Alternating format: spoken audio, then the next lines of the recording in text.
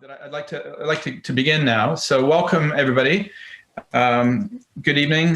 Good morning, Fred. It's 2:30 Hi, thank in the you. morning. So it's really a pleasure that you can join us at such an awkward hour. And so before I introduce Fred in the evening, I'd just like to welcome everybody here. My name is Samir Gandesha, and I'm the director of the Institute for the Humanities.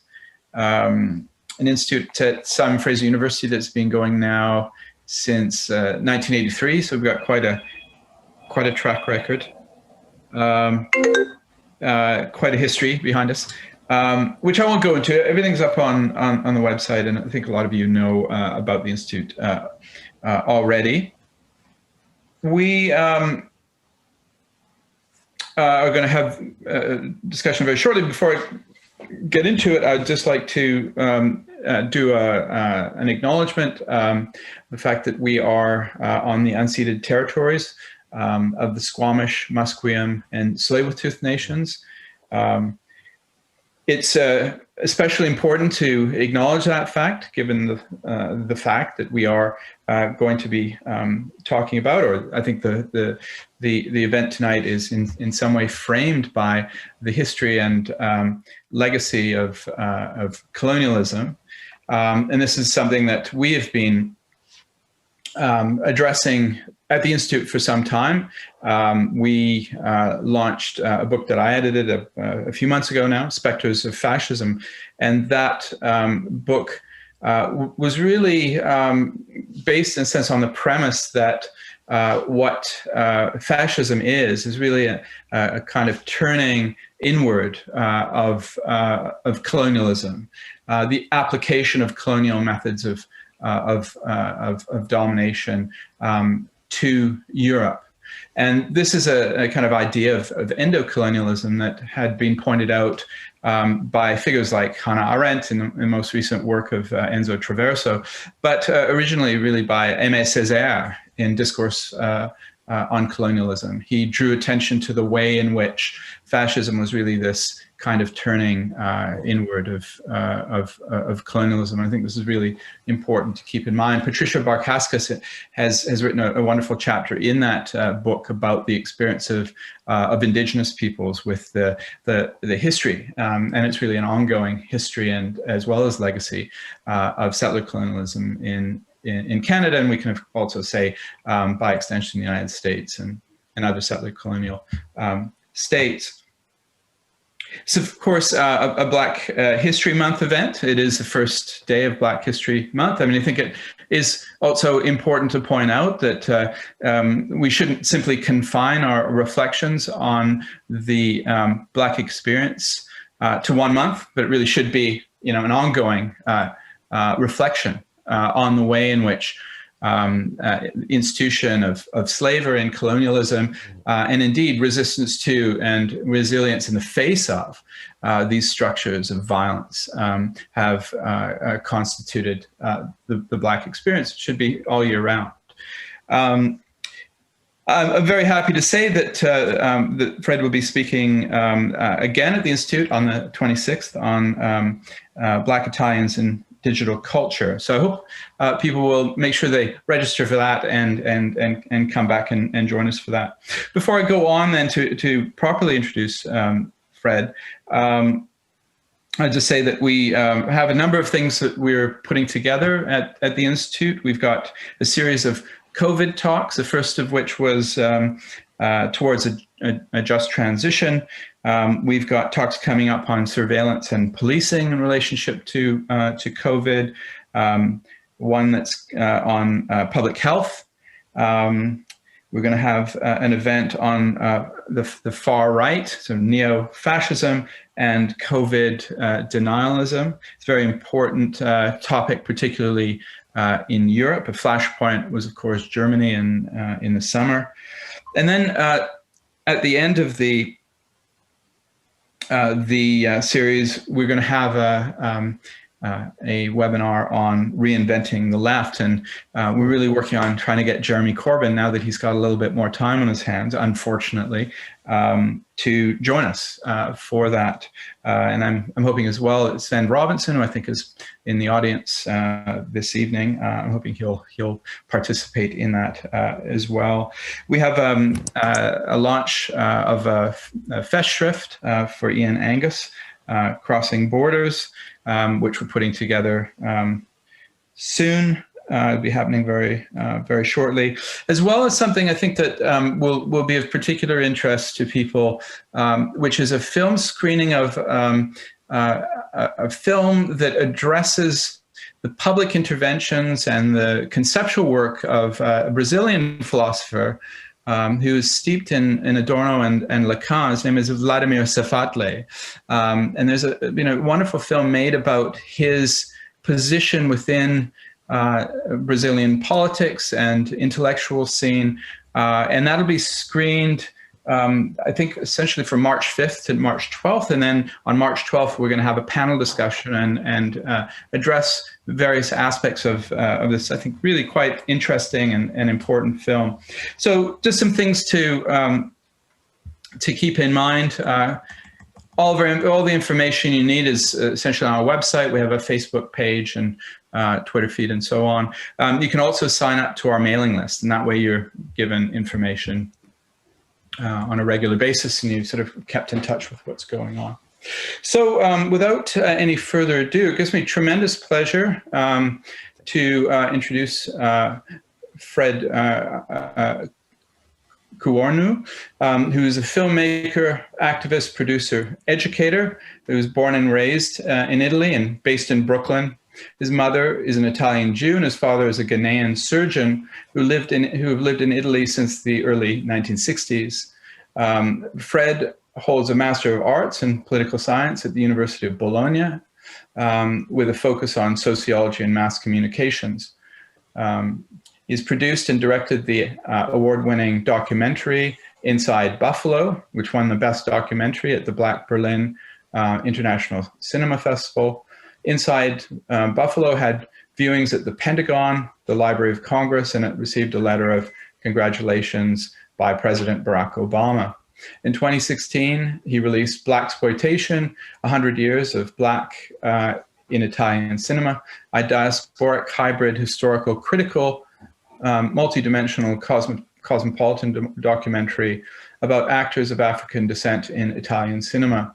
He is developing the project Black IT, the Black Italians Timeline. In 2020, he was a voiceover for the Italian version of the Netflix educational show Bookmarks, Celebrating Black Voices. He believes using film and other art forms are essential tools for building a more inclusive society. For more details on his biography, you can find them up on our website. So please be sure to check that out. Thank you so much. Yeah, thank you, Fred. Before I turn the floor over to you, just a couple of housekeeping notes.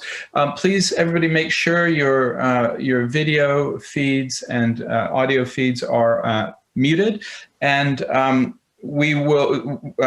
will speak for about 45 minutes or so, and then we'll have some time for discussion afterwards. We won't go for the full 2 hours because it's going to be very late in Italy. So please do pose questions in the chat section. I'll keep track, and as soon as Fred finishes speaking, we'll get to the Q&A and get going on the discussion. All right, Fred, without any further ado, the floor is yours. Thank you so much. Thank you so much. It's wonderful, and I'm very happy to be invited for a couple of talks. The other will be at the end of the month, but the talk of tonight is also the kickoff for the Black History Month that is celebrated also in Canada, not only in the United States. Hopefully in the future, we will see if we can bring a Black History Month also in Italy. That is one of my two countries. I was born and raised in Italy. I live in New York. I moved to United States some years ago, but I coming back for the COVID emergency in Italy for a couple of months during the holidays.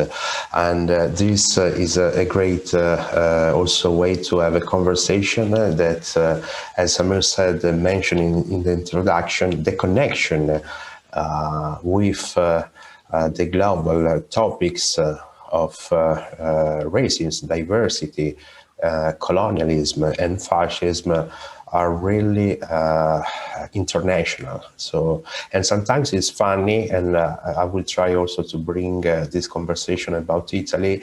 I'm saying it's funny, but it's a paradox. We try sometimes to address some of these issues to other countries. So what's happened and what happened last year in the United States with a lot of protests again against the police brutality, but of course not only against the police brutality, but to try to explain and to try to say again that Black Lives Matter happened also in Italy with some protests that I want to share with you, because also I would like to say, to tell some more about the Italian context of Black Lives Matter. So for example, this was a situation that happened for the first time in Italy last July in the main place of Rome called the Piazza del Popolo, but also in another important city that is called Milan.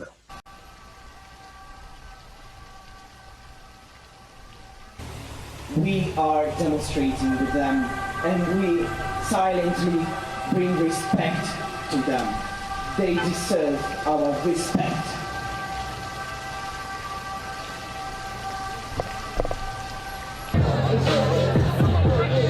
Perché attraverso le piccole cose che si arriva alle cose grandi. Ai miei amici neri dico: abbiate il coraggio di non accettare di essere calpestati.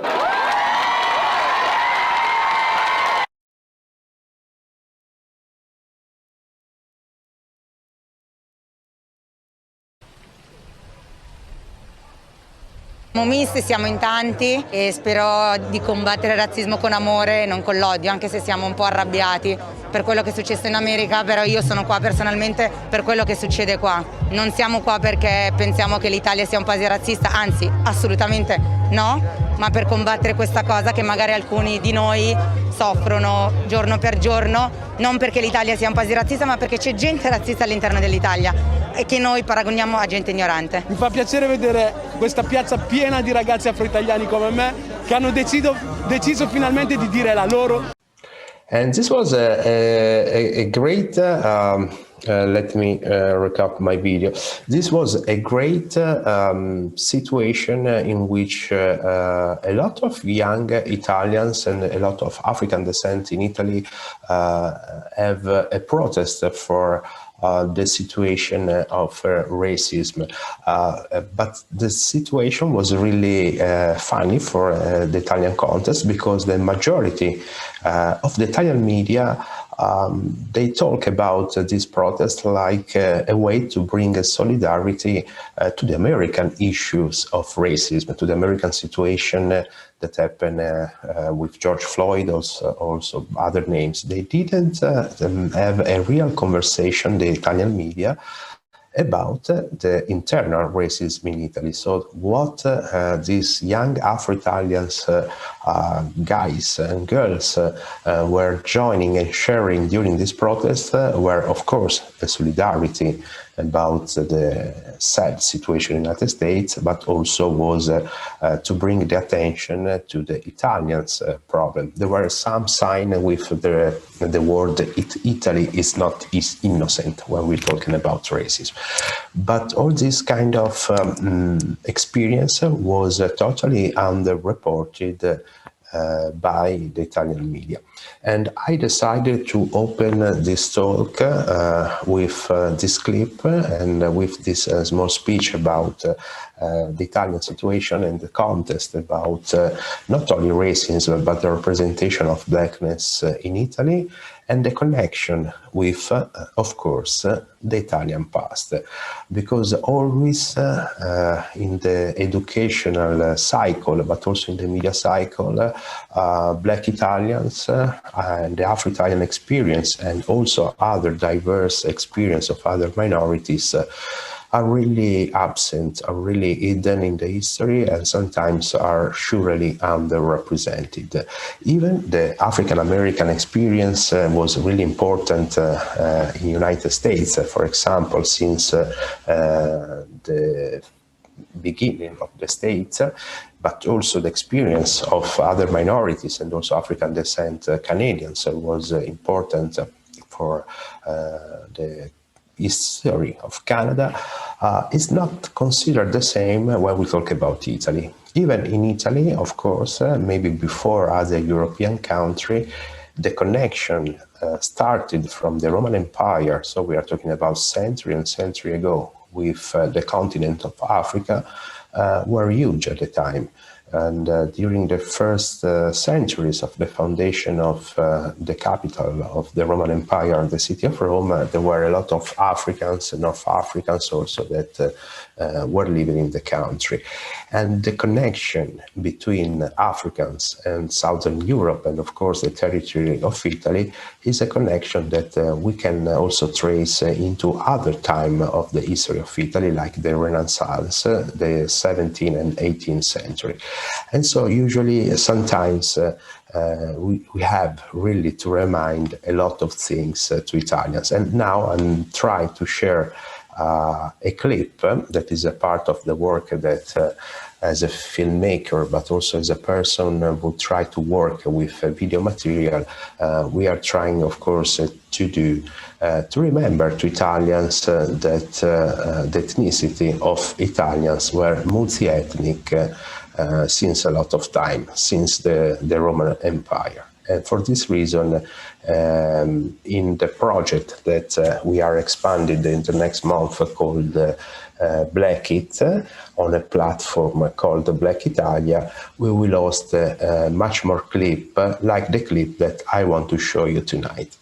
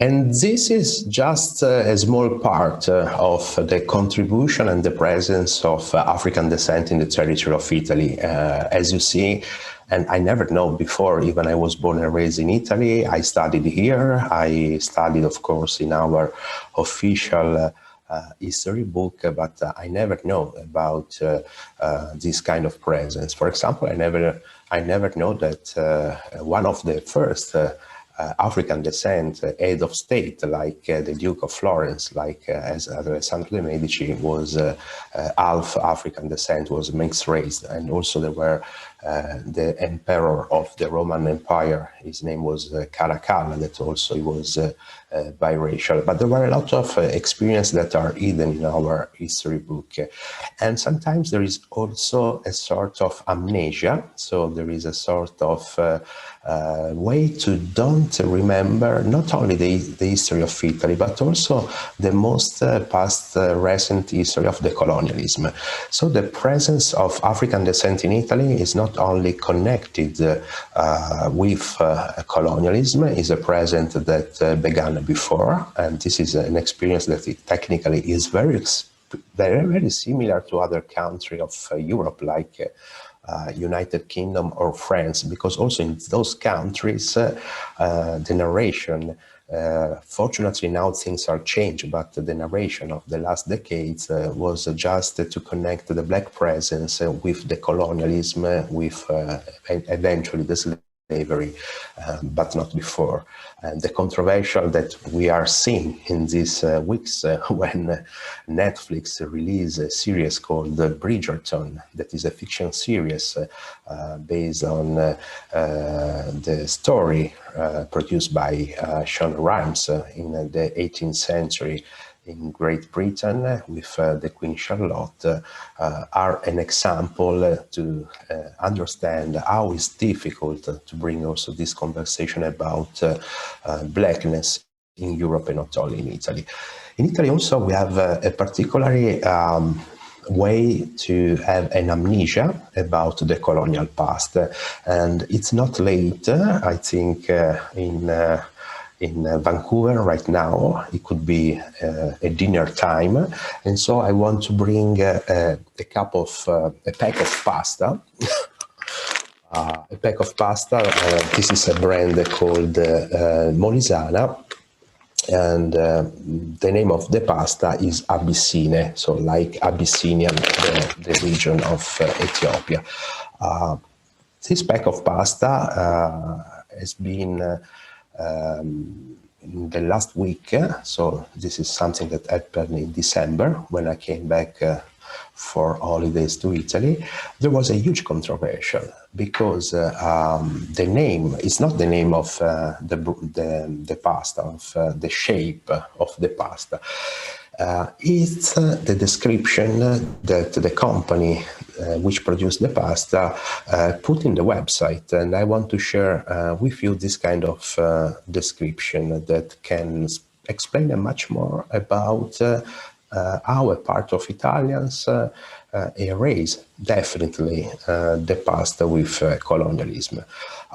So basically, the company of the pasta that is called Molisana, that is a region of Italy, they advertise the product in the website in Italian, keeping the name Abyssine, so the name Abyssine Rigate is the name of the product, and now I will show you the translation about this description. So in Italian they are saying to celebrate the colonialism time. Okay, this is a part of the translation of the description of the product. So in the 30s, Italy celebrated the season of colonialism with a new pasta shapes. One is the Abyssine. The other is this one called Tripoline. So Tripoli is a place in Libya. And the last brand was Bengazine. There was a huge controversy in Italy. The controversy was launched by a person who posted the fact that he was really sad to to see something like that in 2020 in the Italian distribution of the food industry. And the great news was that after some days, the main important, the CEO of the company, they decided to keep out from the distribution this product. But the controversy was so huge that many other people jumped into the conversation on social media, including the director on important magazine of food industry called Gambero Rosso. And the director of this magazine basically tried to defend the reason of the producer of the pasta. So not the reason of the people who were saying that it was said to have a description like that in a food product in Italy, but basically against the people who attack. So the title was of this magazine that there was an aggression by people who were anti-fascist against the company of production of the pasta. There was an amnesia. The funny thing is that from the website you can't find anymore this kind of product, but this kind of company, they are still bringing on their website another shape of pasta called cinesine, that means small Chinese. And the most terrible thing is how they describe why they give this name to this product. And now I will show you. Probably comes from the shape reminiscent of the eyes of a Chinese woman. So this is an example how still now in Italy it's very difficult for many people to have a connection with the past. And so why I'm doing this job? Basically, I'm doing this job because I born and raised in Italy in the 70s, and I want to share with you something about my family. My father came from Ghana in 1964 to study medicine. He came from a remote village of West Africa to a small town of North Italy called Bologna. He met my mom, she's Italian, and I was born in the early 70s. And since I was born and raised in the country, I was one of the few kids African descent in my town. And always I felt to be the only one in the room. When I was at school, when I was working as a DJ in a radio, when I was working in a television as a producer, at the university, I always felt not surrounded by a diverse environment. And I always felt, and I see the eyes in which sometimes people like me, young people like me, think about think about other minorities, and I never found myself represented in the visual image of the country. Even I discovered later on that African descent were a part of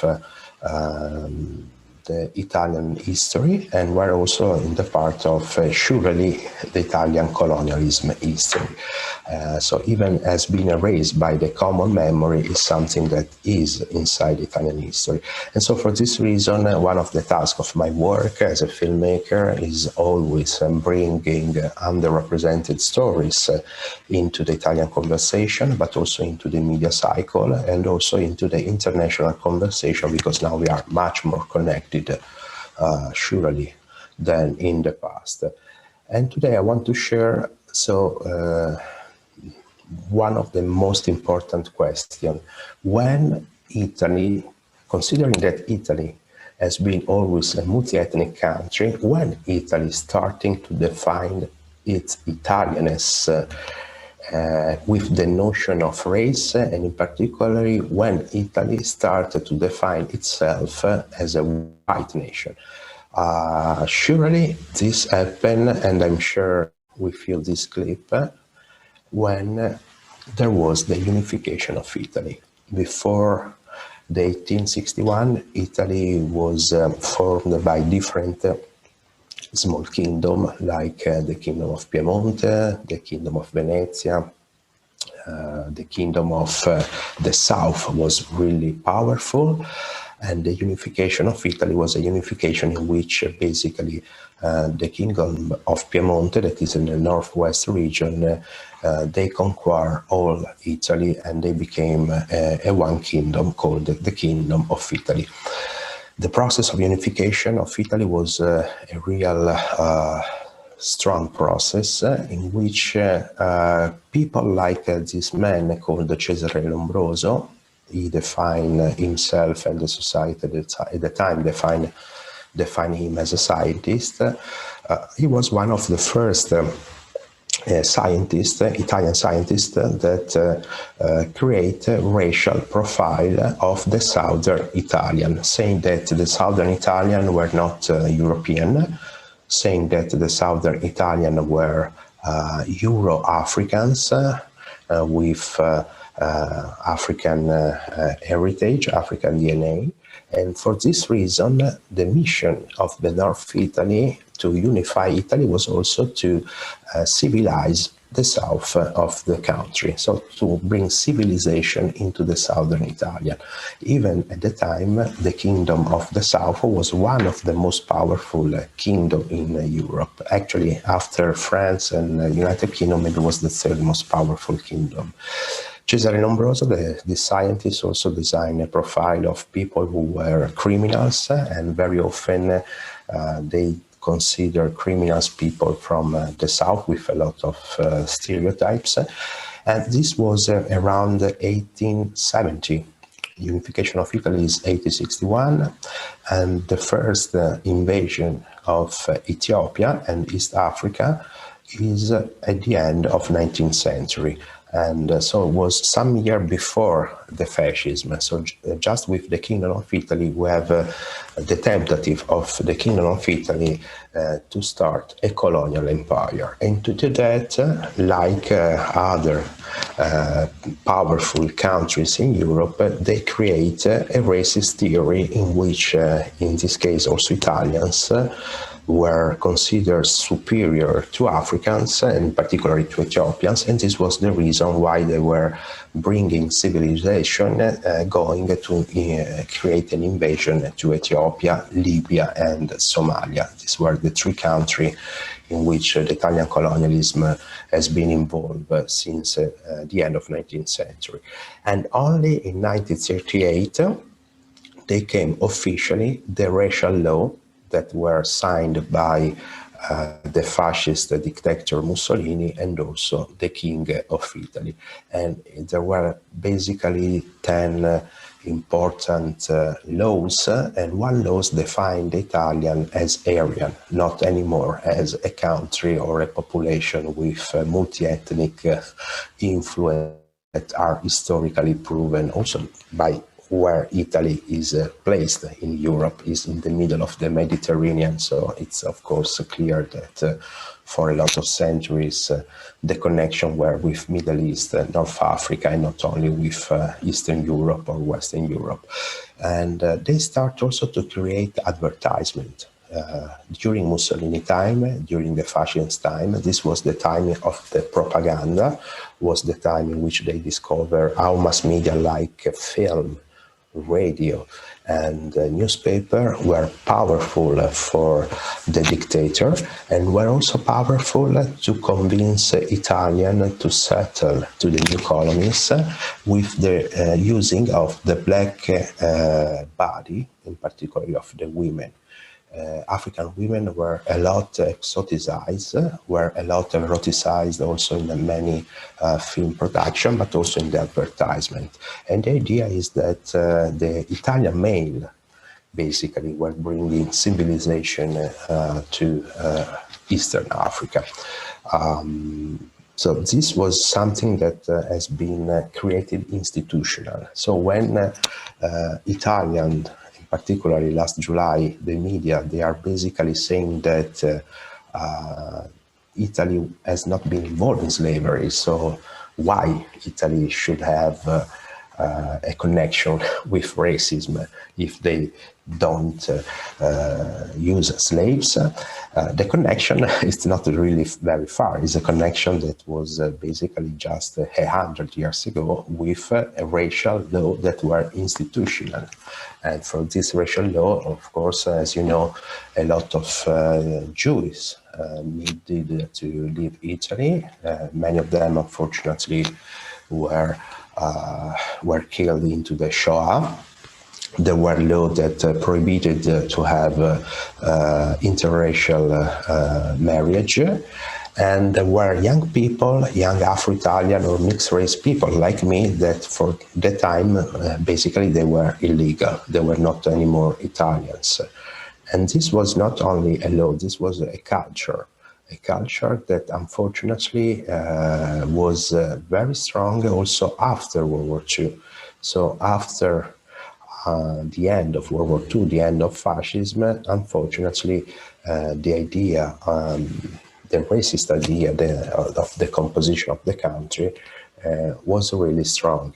I want to show you, for example, something about the education, the racist education of Italy, for example, during,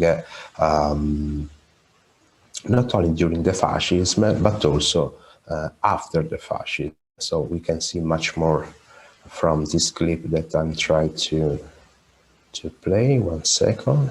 Here we go. Se tu dall'altipiano guardi il mare, morente che si schiava tra gli schiavi, vedrai come in un sogno tante navi, e un tricolore sventola per te, accetta nera, bella piscina, aspetta e spera che già l'ora s'avvicina, quando saremo insieme a te.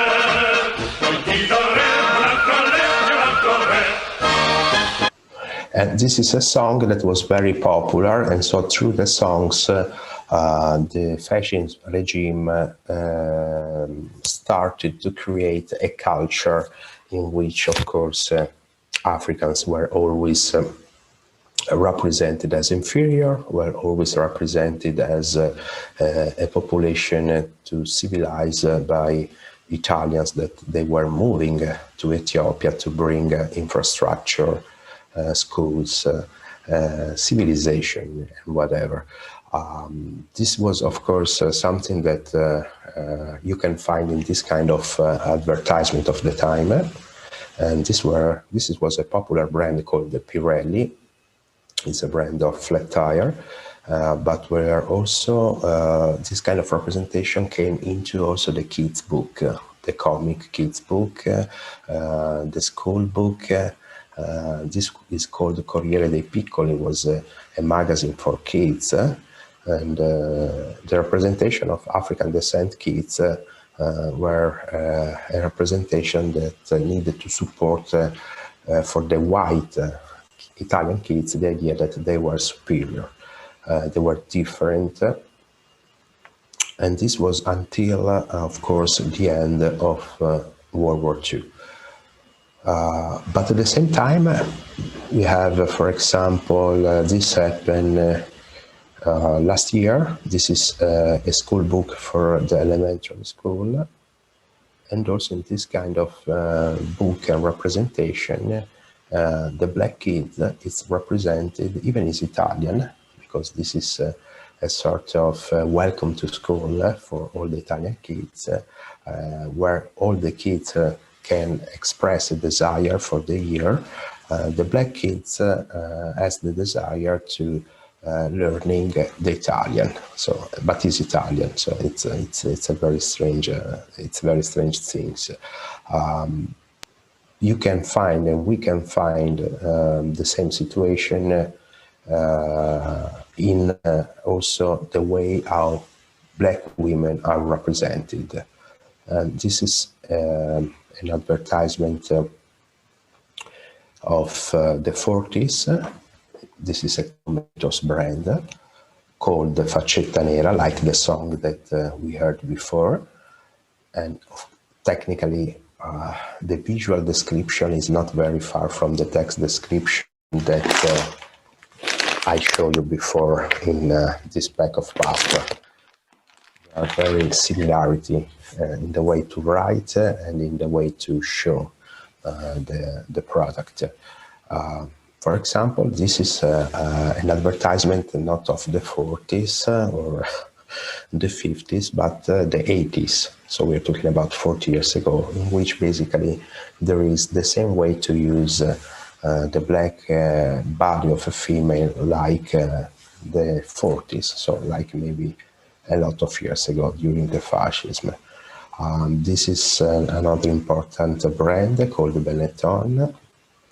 And this is an advertisement that they made last year for doing an anti-racism campaign from a football club, but the fact is the totally opposite. So for doing an anti-racist campaign, they use a racist stereotype like the monkey, and so for me it's very funny. But why I say there is a legacy? Because of course it's very difficult to change the culture of a country in a few years, and it was difficult after World War II, pretending that a country that was half fascist and half racist changed immediately, and this could not happen overnight, of course. And for this reason, I show you a show. This has been a very controversial situation last year, because last year, basically, in Italy last summer, there was a lot protest for the idea to celebrate with a monument a journalist that passed away some years ago, that was an important Italian journalist, but also was an officer during the invasion of Ethiopia. And in the early 70s, he went on television telling this story that I want to show you. So this is a very sad story that he told in front of a lot of people who were watching the television. Pare che avessi scelto bene, era una bellissima ragazza bilena di 12 anni, scusatemi, ma in Africa è un'altra cosa. E così l'avevo regolarmente sposata, nel senso che l'avevo comprata dal padre e che mi ha accompagnato insieme alle mogli dei miei ascari, cioè queste mogli degli ascari non è che seguivano la banda, ma ogni 15 giorni raggiungevano la banda. Io non ho mai capito come facessero a trovarci in questo infinito dell'Abissinia dove nessuno sapeva dove, ma quelli arrivavano, e arrivava anche questa mia moglie con la cesta in testa dove mi portava la biancheria pulita. Antonio ha detto tranquillamente di aver avuto una sposa, diciamo, di 12 anni, e a 25 anni non si è peritato affatto di violentare una ragazza di 12 anni, dicendo ma in Africa queste cose si fanno. Io vorrei chiedere a lui come intende normalmente i suoi rapporti con le donne, date queste due affermazioni. No, signora, guardi, sulla violenza nessuna violenza, perché le ragazze in Abissinia si sposano a 12 anni, non è questione. No, quindi lui era su un piano di consapevolezza dell'uomo, insomma, il rapporto con una bambina di 12 anni è il rapporto con una bambina di 12 anni. Non se lo facesse in Europa riterrebbe di violentare una bambina, vero? Sì, in Europa sì, ma lì no. Sì, appunto. Quale differenza crede che esiste dal punto di vista biologico o psicologico anche? No, guardi, dal punto di vista del costume. A 12 anni, non è questione, a 12 anni sposano. Ma non è il matrimonio che lei intende a 12 anni in Africa, guardi, io ho vissuto in Africa, sì. Quindi il vostro era veramente il rapporto violento del colonialista che veniva lì e si impossessava della ragazza di 12 anni, senza assolutamente, ma glielo garantisco, senza assolutamente tener conto di questo tipo di rapporto sul piano umano. Eravate i vincitori, cioè i militari che hanno fatto le stesse cose ovunque, sono stati i vincitori, ovunque si sono presentati gli uomini, si sono presentati come dei militari. La storia è piena di queste situazioni, no? Signore, vogliamo, non so se lei vuole istruirmi un processo affatto, guardi, ho soltanto voluto chiederle per inciso come lei intende, dopo le due interpretazioni, come intende i rapporti con le donne. This is a very sad show. Of course, I was really I was not born at the time, but thinking that this show has been aired by the public Italian television, at the time I think there was only one channel, so basically only this channel, and no one said nothing. The only person who had the courage to say something was this journalist, an Ethiopian Italian journalist, but also the other Italian people were listening to this speech like was normal to talk about that, about black African women. So like was normal in the 40s having this kind of behavior. And also this journalist, and the funniest thing is that this journalist, he joined the fascist regime during World War II as an officer and as a journalist, but after World War II, with the Republic of Italy, he became also, I can say a leftish journalist, but and he was anymore a right party person, but at the same time, the culture, the racist culture, and also the sexist culture was still strong, and was impossible to erase this culture in the 70s in Italy, inside also a generation of people who were in charge of many things. So people who were basically director of advertisement company, film director, film company producer. So people who basically they continue to create this imaging of the black body, this imaging of the African descent, and they continue to erase African descent history and African descent presence inside the country. This is the strong connection, and why the reason now in Italy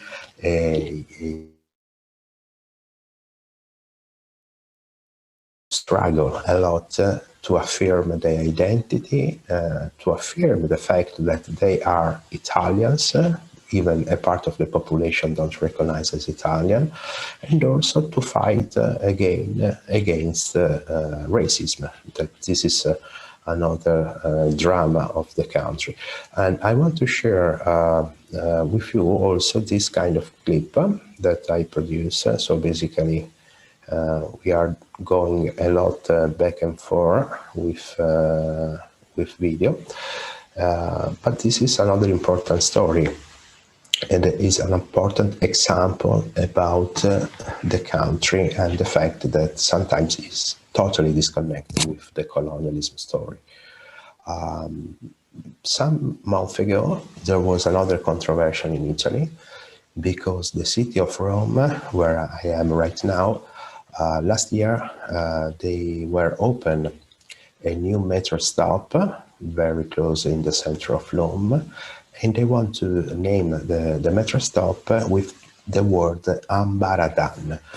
Ambaradan is a place, is a mountain in Ethiopia, where during World War II the Italian army used banned gas against the civilian. They killed a lot of Ethiopians, and the officer who did that, his name was Rodolfo Graziani, was also charged after World War II for war crimes by the United Nations. Just to make an introduction of how the gravity of the situation and how was terrible this kind of violence attack that Italians made. And it's funny because after World War II in Rome, they named a street with this name called Ambaradan, and I didn't know the story behind that.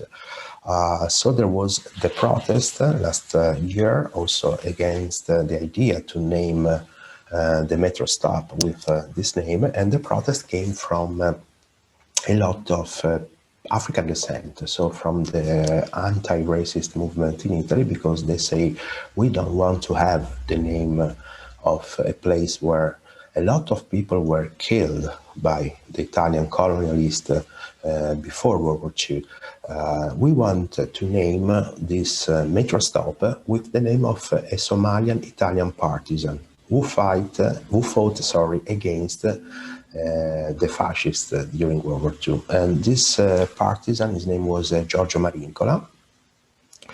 And this is a great story because after many weeks of protest, the council member of the city of Rome, they decided to rename the metro stop with the name of Giorgio Marincola. But for many, many years, and still now, we have a street called Ambaradan. And we have a lot of people who didn't know this story. And of course, we have the institution. And these stories are totally, completely hidden in the history book. So when I lived in Rome, sometimes I drove around the street, and I never knew that was normal for a country that defined itself anti-fascist and democratic. It was normal, by the way, to name streets and places with things that happened during the colonialism. And this is very quite common situation also of conversation when we are talking about globally, so not only in Italy, about the connection between monument, colonialism, and the present, and of course the future that we want to design. So these are an example like the pasta, is an example like the advertisement that I shared before. So things that are happening right now, but they are connecting with the past, and the people who are in charge of many situations, basically they really don't know what they are doing when they are creating this kind of situation. And during my work, I made a documentary about, of course, the representation of African descent in the film industry. I want to share with you, for example, some words that came from black Italian actors and actresses. Ritrovavo ad aspettare magari un'ora e mezza per poi andare a fare un ruolo, l'extracomunitaria appena arrivata da Lampedusa, oppure la donna dello spacciatore, oppure la prostituta che sta de notte tutta nuda. Io ovviamente dicevo no grazie, mi alzavo e me ne andavo a fare una sfilata o qualcos'altro, quindi non ho mai, forse non ho mai avuto questa fiducia, anzi si giustificavano dicendomi no, noi cercavamo proprio, che ne so, una ragazza con il naso largo, con le labbrone, proprio che non parlasse bene italiano, e io l'ho guardati così come se volessero raccontare in realtà una storia che non ci rappresenta, che non è la realtà.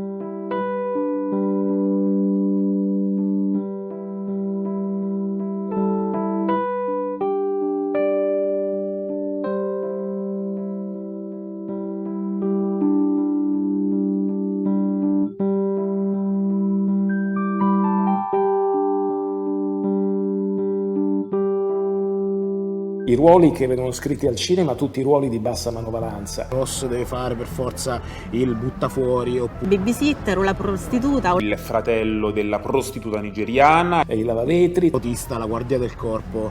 Terrorista arabo, venditori di tappeti. La mamma di qualcuno africano, brasiliano. E l'immigrato clandestino. Sempre una disgraziata nullatenente, analfabeta e ignorante. And this is it's a documentary called Afro-Italian. In this documentary, I really talk about not only the issues that many present African descent actors are suffering in Italy, but also I try to show with films and sample of films example of stereotypes, how they were represented in the past, a lot of African descent actors. But at the same time, the situation is the same. So the media system, the media cycle, the stream, the mainstream of the media, of course, are still representing or are still excluding black Italians from the storytelling and the narration of the country. So when, like the protest of Black Lives Matter, when there are talking about racism and the issues of racism, it looks like it's an American problem, it's a French problem, it's a British problem, but it's not an Italian problem. And it's very difficult for African descent in Italy to have a conversation in the country about racism and how there is a part of institutional racism also in Italy, and how there is a part of bias and prejudice in the Italian culture against, of course, African descent mainly. I want to share something that is connected with the movement, so with the young Black Italian. We have a generation right now that is really important. It's a generation of millennials. They are born mainly in the early 90s and at the end of the 90s. Because the first important wave of African immigrants came at the end of 80s. They have kids, of course. And so we have a huge generation that is called Generation Balotelli, because Mario Balotelli is one of, he was a great football player that also played in the national team. And he was really attacked by a lot of sometimes Italian supporters of the national Italian team that they scream in the stadium that he was not Italian just because he was Black. And digital activism, social media are playing a major role also in Italy, and they are connecting people from different countries in one and unique strategy to talk about racism, to talk about colonialism, and to talk also about the relation between monument and racism. And so also in Italy it's very important to have this kind of youth.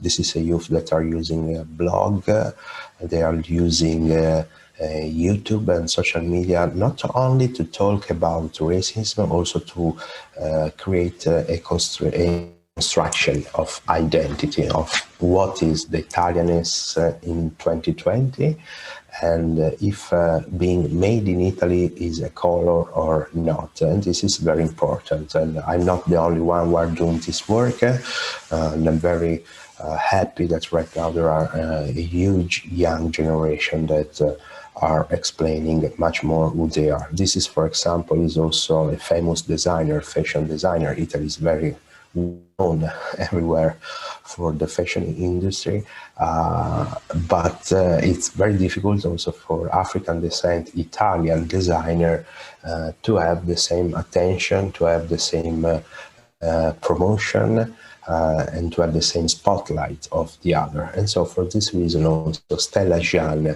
is bringing the conversation if Black Lives Matter also in the fashion industry. But we have singer, we have artists, and of course there is also a small young generation of activists and politicians who are doing this work. I want to share another things before ending this part of the talk. This is a news that came in the media, and I said before that the Italian media mainstream is not really welcome for a diverse environment, is not really welcome to create a diversity in the audiovisual production. But of course also in Italy, like many other countries, we have multinational and international corporate who are working also in our country, and we have Netflix Italy that is very they are really take care about diversity as a mission, not only in the United States or other countries, but in every country in which they have an office and the production. And so the next April, a series produced by Netflix Italy will be released. The name of the series is called Zero, and this will be a series with an entire cast with the main character that are only Black Italians, and they are really young.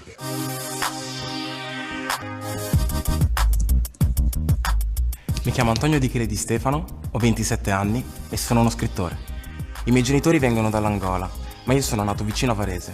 4 anni fa ho iniziato a scrivere e raccontare il mondo che mi circondava e non sono più riuscito a smettere. Sto scrivendo una serie per Netflix. Prende spunto dai personaggi e dall'ambientazione del mio ultimo libro Non ho mai avuto la mia età, ma il progetto seriale ha preso un'altra strada rispetto a quella del romanzo. Zero è la storia di un ragazzo speciale, di un ragazzo nero, che ha un superpotere, grazie al quale può conoscere la realtà delle cose, delle relazioni e delle persone, che si nasconde sempre dietro le apparenze. Per me, per un ragazzo nero italiano come Zero, che deve tutto all'Italia, la cosa più bella è che questa sarà la prima serie nella quale i protagonisti saranno dei ragazzi neri italiani. Spero che questo possa aprire una porta a quegli attori, creativi e artisti neri che non hanno ancora avuto un'occasione importante. Spero che questa storia rifletta quella di tanti ragazzi, a prescindere dal loro colore. Ci sarà tanto rap, perché il rap è la lingua della mia generazione. Zero uscirà nel 2020. Spero che vi piaccia. And we will have next at the end of the week, at the end of the month, the conversation, the talk about Black Italians in digital contemporary and culture in contemporary Italy, because Antonio Di Chele, the main character that is talking about this series, is one of the not only one, but there are a lot of other young professional and young talents that are changing the Italian culture. So in the other lecture, in the other talk, I will tell much more about how they are using the social media, the strategy that they are using with the social media to engage the Italian audience in the art, but also to change the culture, the identity and the mentality of the country, and also to create a diverse environment. And so this is very important for our country. So of course, this was for me an important mission. My work is trying to tell sometimes my story. My motto is tell your story before other can tell your story before you. And it's important, I think, that for an entire generation, being inside the Black History Month, an entire generation of African descent in Italy, also to be able to tell their story.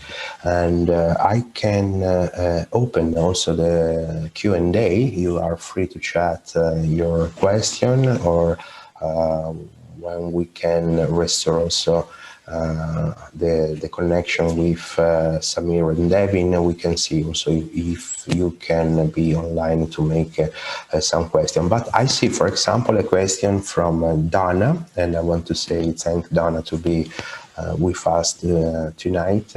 If my father experienced discrimination, racism in Italy, and this is a great, it's a great question, and. Actually, I was considering if I have time, and COVID is a great excuse because I'm stuck also in Italy for some weeks to interview my father to tell his story. Because as a kid, I always underestimate my dad because we have a different generation, and I feel full Italian when I was younger because, of course, I never had the opportunity to interact with other African descent in Italy or with other people with a diverse background. So I was totally convinced and I was totally raised in a fully white conservative background. It was the background of my mom. And when I knew the story of my father, actually sometimes I cried because I say, oh, my father came first of all from a small village. Very, very small. When I went to the village in Ghana, it's very small, it's very remote. And he came in the 65, he learned another language and he studied medicine. He has 3 different specializations. He's a surgeon, and a cardiosurgeon, and he deals with a lot of prejudice, not only as a person, but also as a professional. You have to think that in the 70s and the 80s, he told me a lot of stories in which people who were sick, they have difficulties to interact with a black doctor. So this was a very tough time for him, and it was difficult for him to naturalize, to become Italian citizen, because at the time there was a law that make very difficult for a foreigner male that was marrying an Italian woman to become Italian. It was very easy for the opposite. If you were an Italian male who married a foreigner, a woman, was easy for the woman to become Italian, but was not for the male. And so he he also has a lot of difficulties to proceed in his career. Even he was very talented with 3 different specializations. He never became, or was never in charge of a clinic school or a hospital. And the funny thing is that me, as African descent, when I was early in the 80s, I never experienced racism in my school because, as I told you before, was very fresh in the early 80s, the idea that Southern Italian were to target much more with racism. So I have a lot of kids born by Southern parents in my classroom at elementary school that they were targeted definitely more than me. Because at the time the fight between Northern Italians and Southern Italians was still fresh. My father has a lot of stories to tell, and I think also the generation of my father was a generation of Africans born in the 40s who came to Europe to study especially medicine, because at the time there were a lot of cultural exchange to create a generation of doctors in Africa, and these scholarships were given by European countries, but most of them they stayed in Europe after the study. They never came back to Africa. And so this is a kind of stories that maybe I need to tell much more, and I need to talk with my dad. And let me see the end of the question. The signs of the BLM demonstration in Italy were, the signs were in English, the demonstration of BLM in Rome and Milan, but there were some sign that was also in Italian. I never bring here, but I got, for example, the translation is Italy is not innocent, l'Italia non è innocente. This was a sign. Of course, the generation of Black Italians, I think they use English as a way also to create a sort of globalization of the protest. And I think that BLM protests in the world were much more globalized than maybe in the past, the protests of the civil rights movement in the United States. And so sometimes English, I think, also in other countries, also there were a lot of signs in English during this protest. And then I see the question of Dalila. Thank you for the presentation. Do you believe including more positive representation? I think that we need to create more product with representation or contemporary representation, and this can help. But I think that if we need to decolonize really the history, we need to do it in a proper way and in the right environment, and we need to question and to address this decolonization everywhere. So in the Italian academia, in the schools, in the curricula, we need really to teach what happened during this time. And maybe for the case of Italy, we need to much more be clear also about the southern situation that has been hidden. So now, of course, Italy is much more unified than in the 70s and the 80s, because the new target of racism are African descent or migrants. In the city of Rome, I give you an example. The community that is much more targeted with a racist episode are people from Bangladesh, and they are suffering a lot of aggression, and it's a very bad situation. So it's not necessary only to have a new narrative, a contemporary new narrative with much more inclusion in everything that is media advertisement.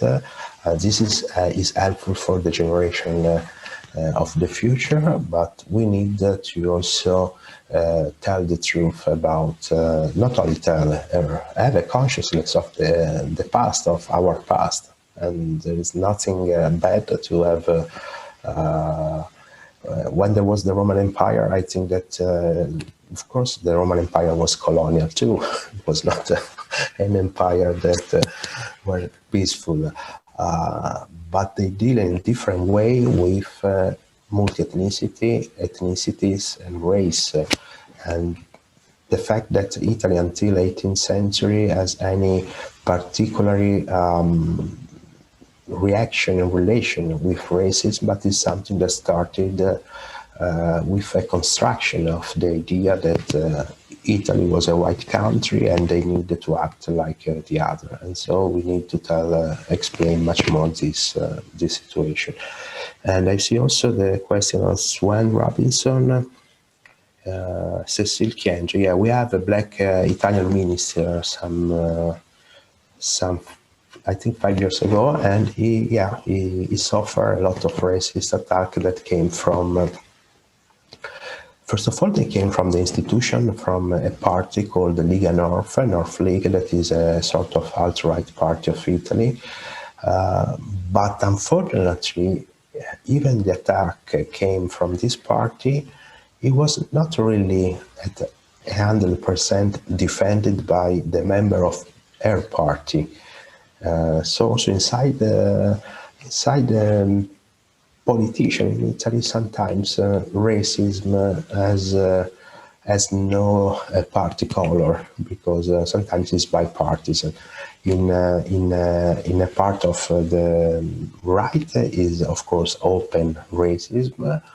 In some other part of the politician, it's there are prejudice, and as a matter of fact, that the minister Cecile Kienge also received thousands and thousands of micro verbal aggression on social media, and so definitely this was another example in which when you have in Italy a situation in which a black person is in the spotlight. It could be a politician, but it could be also an important football player.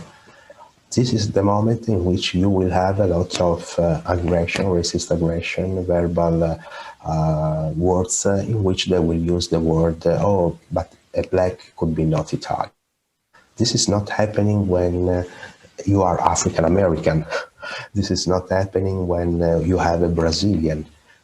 Because it looks like they are accepted as black person, or they are seen as Brazilian and American.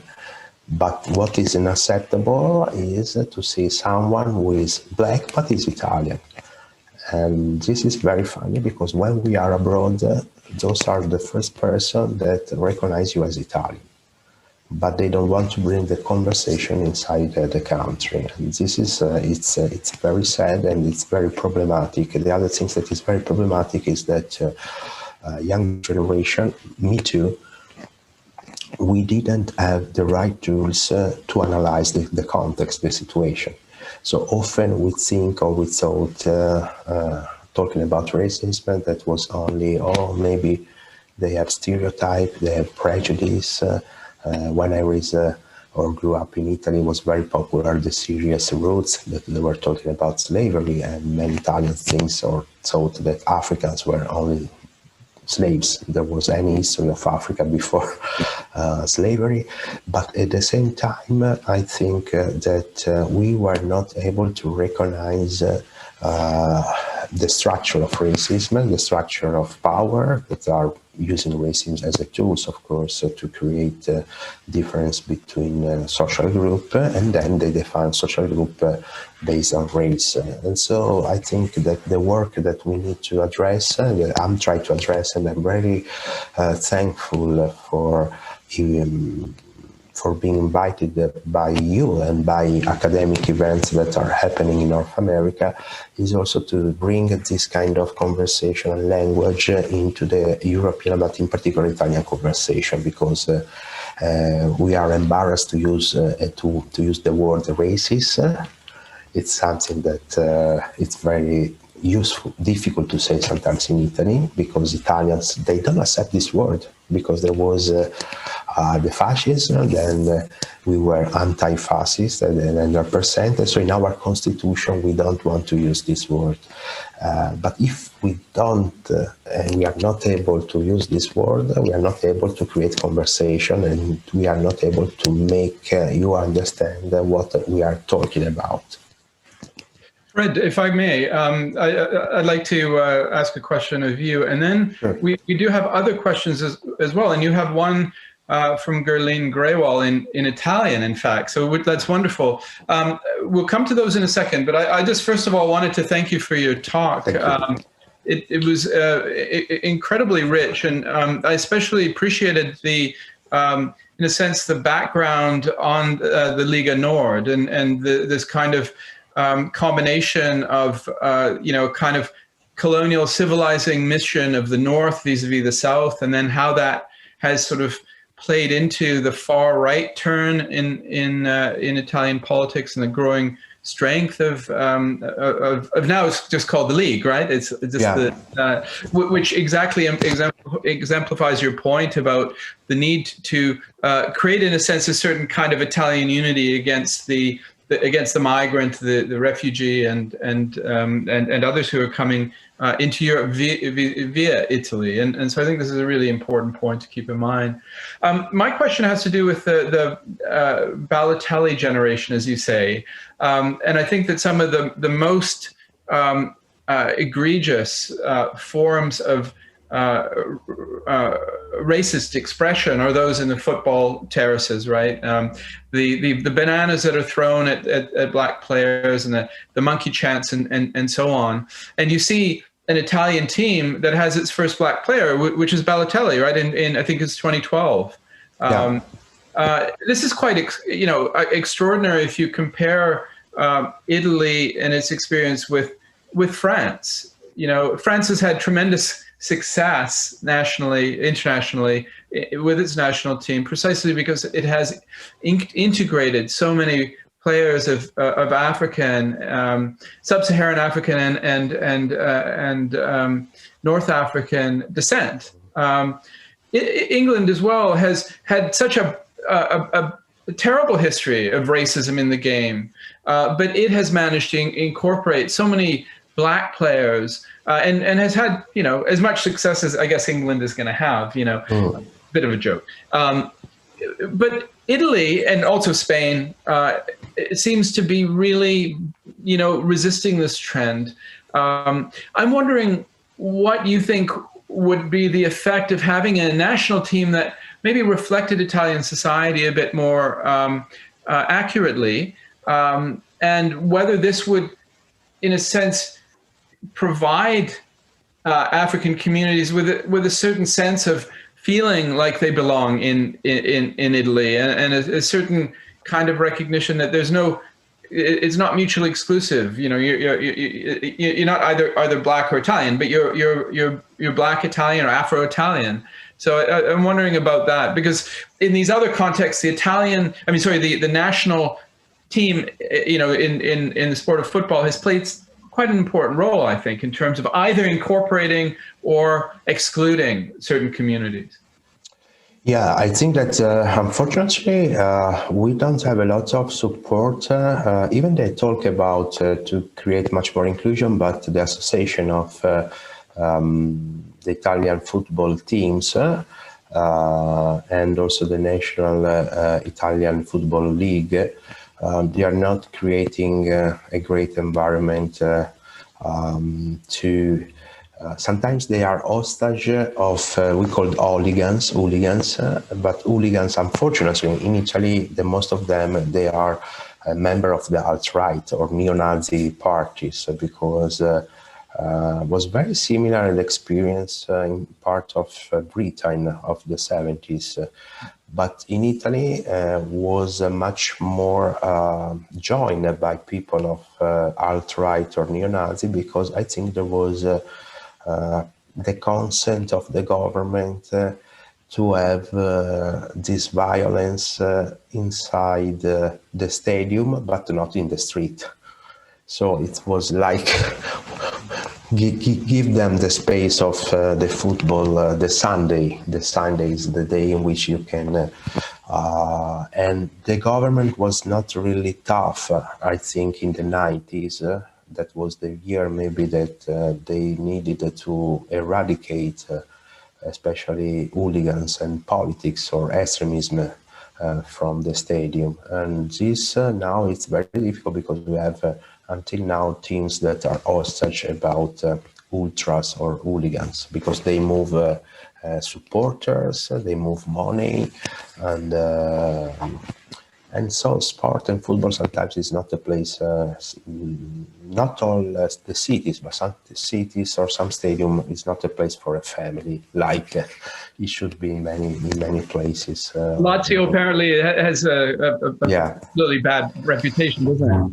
Yeah, but you said right, of course, in the moment in which we'll have in the next European Championship or World Championship, a national team joined by 3 or 4 people with a diverse background, it could be powerful for many kids. When I was a kid, I want to share with you this story that also I report in a documentary or in some talk.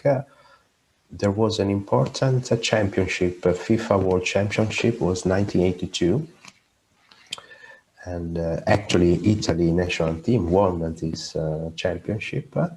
But at the time, I was supporting Brazil. And when there was Italy versus Brazil, I was supporting the Brazil because Brazil was the only national team with people that look like me and say, oh, they are cool.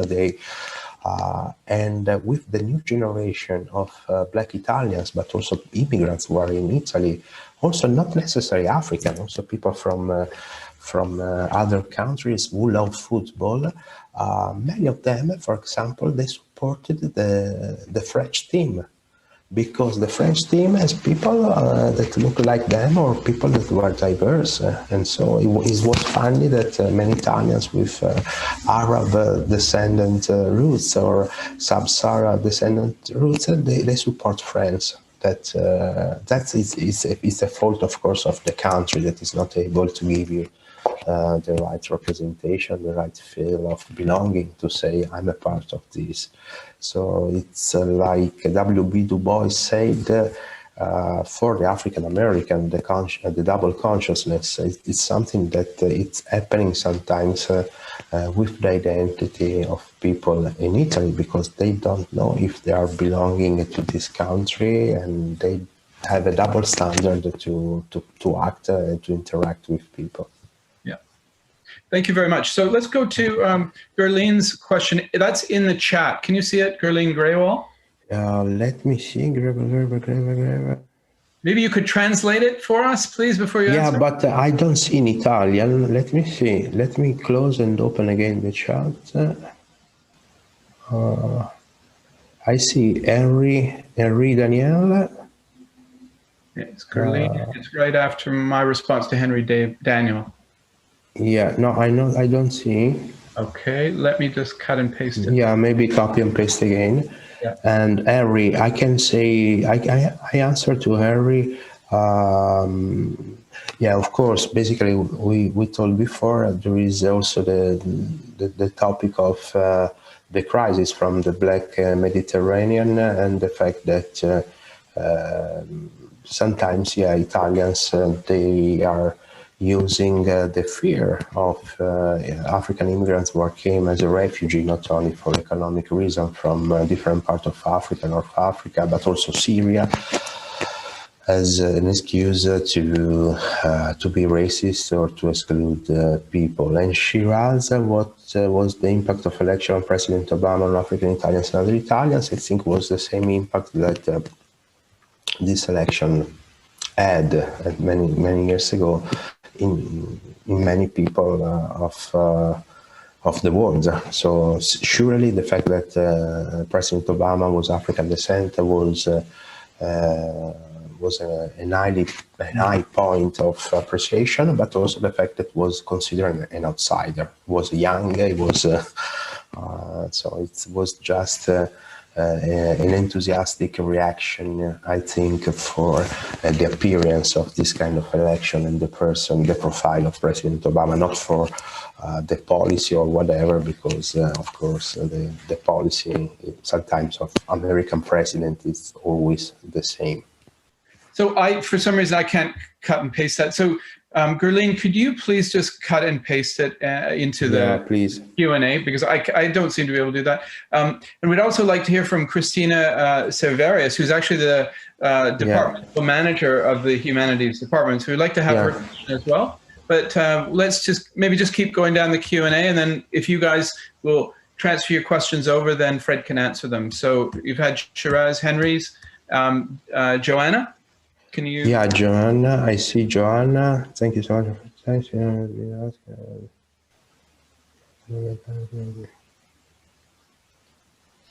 Yeah, no, unfortunately, Italy has not a huge policy like Canada, for example, to create a settlement for integration for newcomers. So we have a lot of great feelings to help and support. We have a lot of no-profit and NGO organizations that are doing a great support, but there is not a national institutional plan from the government. It is a different, so we have a kind of approach that sometimes is much more an NGO approach of the immigration, or to help and support refugees that are maybe supported and welcome at the beginning of the process, and then they are left alone after that. And this is very sad, and I think we need to create a reform in the way, basically we need also to create a national agency for the immigration, and the national agency maybe should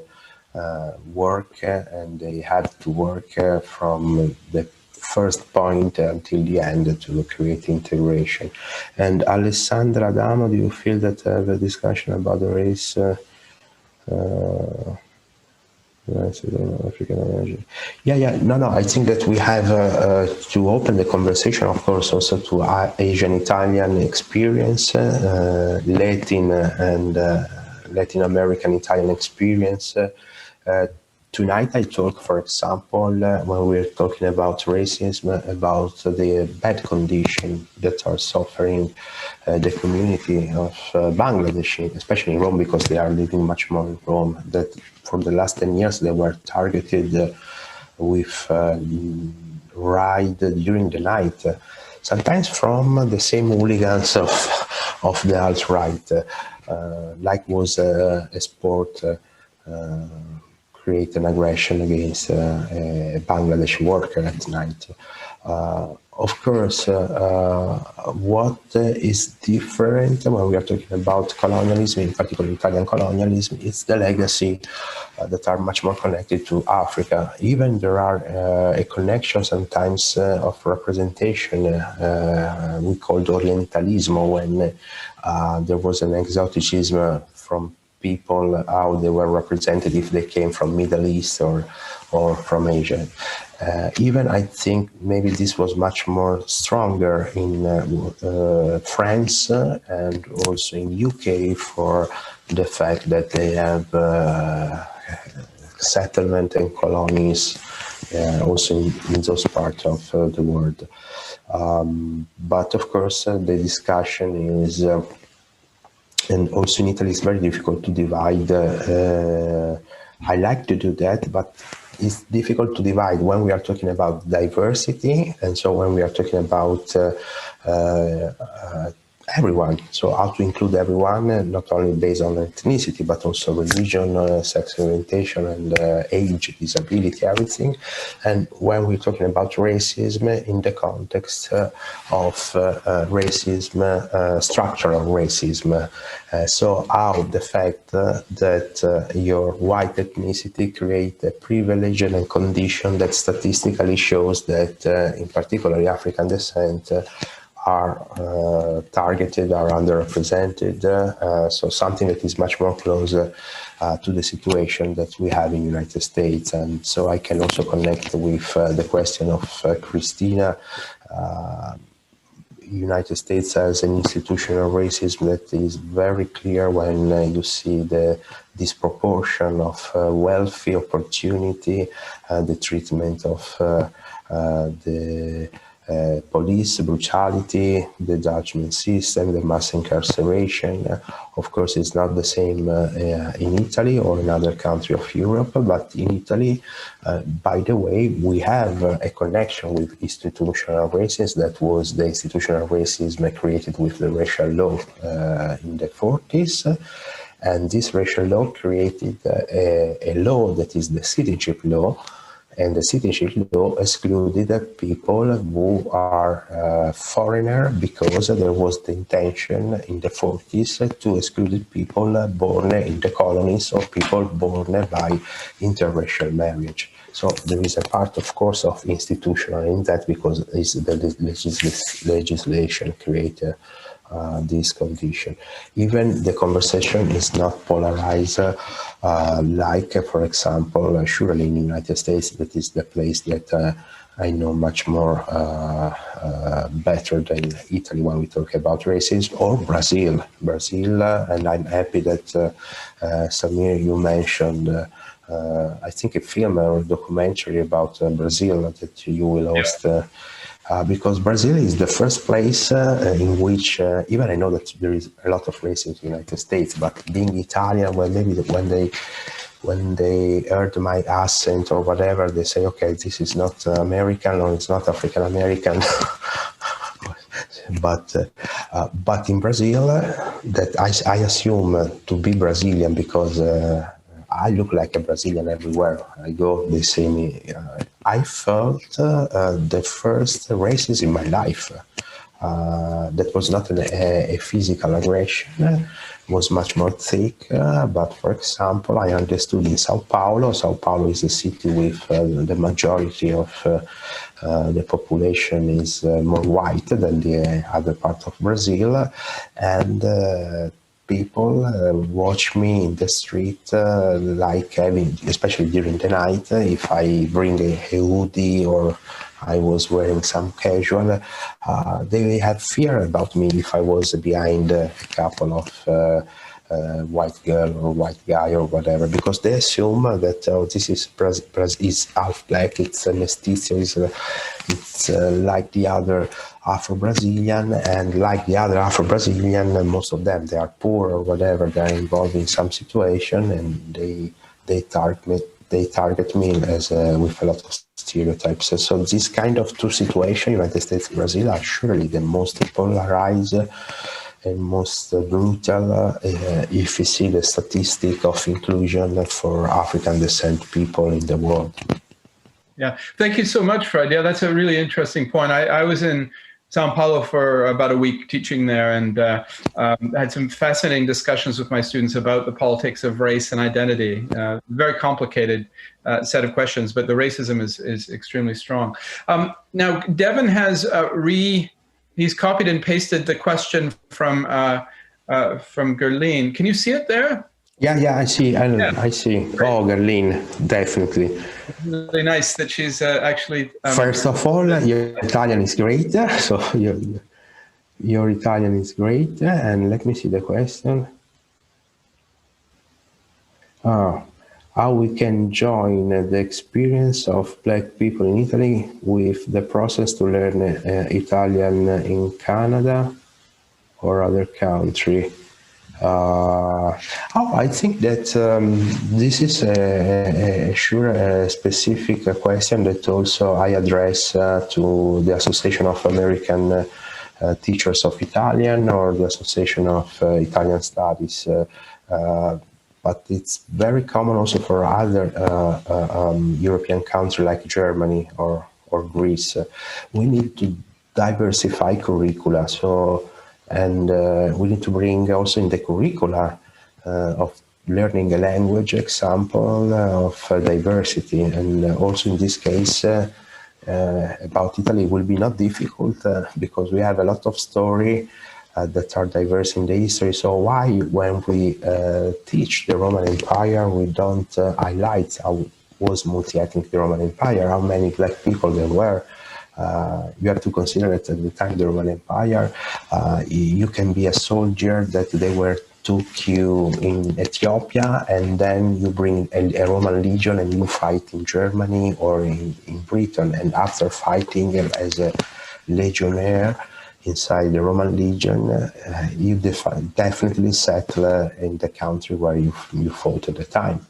That's why in UK there were black Romans, that basically they were soldiers that decided to stay there before the Queen Charlotte in 18th century, not only in the 18th century or 17th century. So Italy as a territory has a lot of this story, but unfortunately we are not able to teach in this way, to teach the exotic name that we have, because every name is in Latin or every name is in Italian, but behind the story of the name there is a human story, and sometimes the story is a foreigner that simply came from Western Europe, Eastern Europe, North Africa, Sub-Sahara. It's funny because the other things is I think that in the Vatican City in the 14th century, there were a lot of Ethiopian priests that they were traveling from Ethiopia to the Vatican. And they were Orthodox, they were not Catholic, but the Vatican has a lot of respect for them. So they invite them to join times inside the Vatican City. And so these are a lot of... we have a treasure of diversity, but we assume that Italia and Italianness is a color. And this is it's a real paradox. Well, Fred, thank you very much. Thank you so much. I'm hesitant to keep you here any longer, really, because it's very late. Okay. Yeah, we've had some excellent questions. Unless there are any further questions, I think that we probably wrap up. And we really look forward to seeing you again in a few weeks on the 26th. Yeah, sure. 26th, yeah. If there's anything sort of remaining, people can come back and ask questions then. And so I'd like to thank you again on behalf of the Institute, on behalf of the audience, and I'd also like to thank the audience for coming with such great questions and such great engagement. Thanks so much, and we really look forward to seeing you on the 26th then.